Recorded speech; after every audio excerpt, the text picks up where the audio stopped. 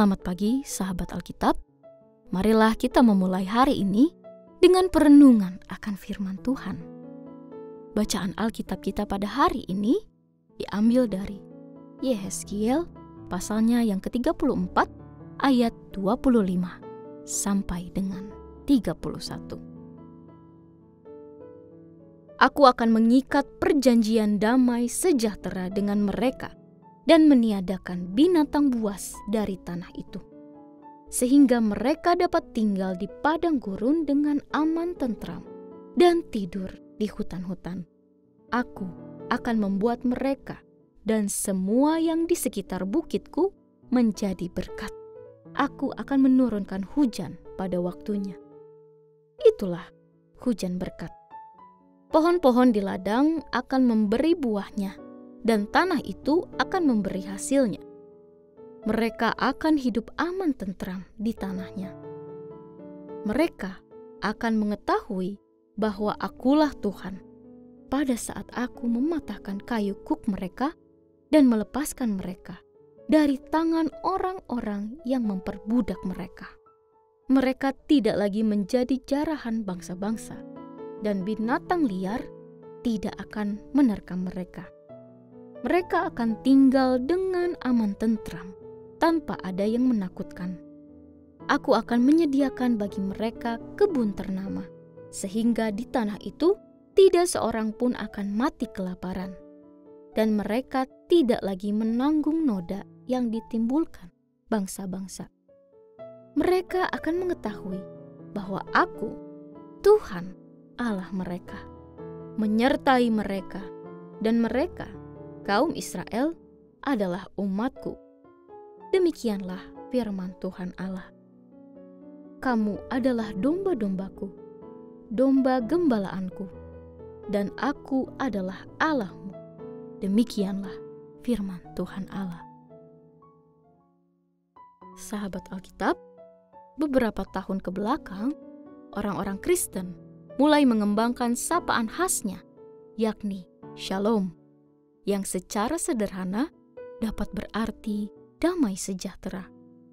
Namun, sapaan tersebut menjadi sesuatu yang ironis saat orang-orang Kristen justru tidak memiliki gaya hidup dan pola pikir yang menjunjung damai. Shalom seharusnya mengingatkan kita akan panggilan untuk hidup dalam damai sejahtera, terutama dalam dunia yang penuh dengan konflik, ketidakpastian, dan kesulitan. Bukan hanya tentang tidak adanya peperangan atau pertikaian, tetapi tentang menghidupi dan meneruskan cara hidup yang membawa damai dan sejahtera bagi orang-orang di sekitar kita. Dan yang terpenting, dalam hubungan kita dengan Tuhan. Bacaan hari ini diawali dengan janji damai yang diprakarsai oleh Allah kepada umat-Nya. Kata damai yang digunakan pada ayat 25 menggunakan kata shalom, yang berarti keadaan damai sejahtera, mencakup ketiadaan konflik atau peperangan, kesehatan yang optimal, dan kondisi sejahtera secara jasmaniah dengan berkat melimpah. Allah menyadari betul kebutuhan umat-Nya. Sebagai tawanan, tentu perasaan khawatir telah menjadi bagian dari kehidupan sesehari selama di tempat pembuangan. Ancaman keamanan merelakan jika sewaktu-waktu kepemilikannya dirampas. Ini semua terjadi karena mereka tidak punya pilihan atas hidupnya sendiri. Di tengah kondisi demikian, firman Tuhan menjadi pengharapan bagi mereka. Janji tentang adanya masa pembebasan sudah cukup memberikan kelegaan, tetapi Allah yang mengasihi umat-Nya memberi lebih dari itu. Kelak, umat-Nya tidak hanya terbebas dari tangan penguasa Babel, tetapi juga akan diangkat kembali harga dirinya sebagai bangsa merdeka yang kembali menempati tanah terjanji dan tidak akan mengalami pembuangan lagi. Sahabat Alkitab, pada masa kini memiliki kehidupan yang damai sejahtera sesuai dengan gambaran Alkitab merupakan sebuah kemewahan yang tidak mudah untuk dimiliki. Namun, sebagaimana yang telah disampaikan oleh Yehezkiel, bahwa damai sejahtera tersebut hanya mungkin terjadi jika Allah sendiri yang mengambil peran di dalamnya. Lalu, jika hingga saat ini damai sejahtera belum terwujud, apakah itu berarti kita belum memberi tempat bagi Allah untuk mengambil peran dalam kehidupan kita, baik secara pribadi maupun kehidupan di tengah keluarga dan masyarakat? Bisa jadi itulah yang terjadi. Ego dan hawa nafsu manusia yang lebih banyak mengambil peran dalam kehidupan kita sehari-hari.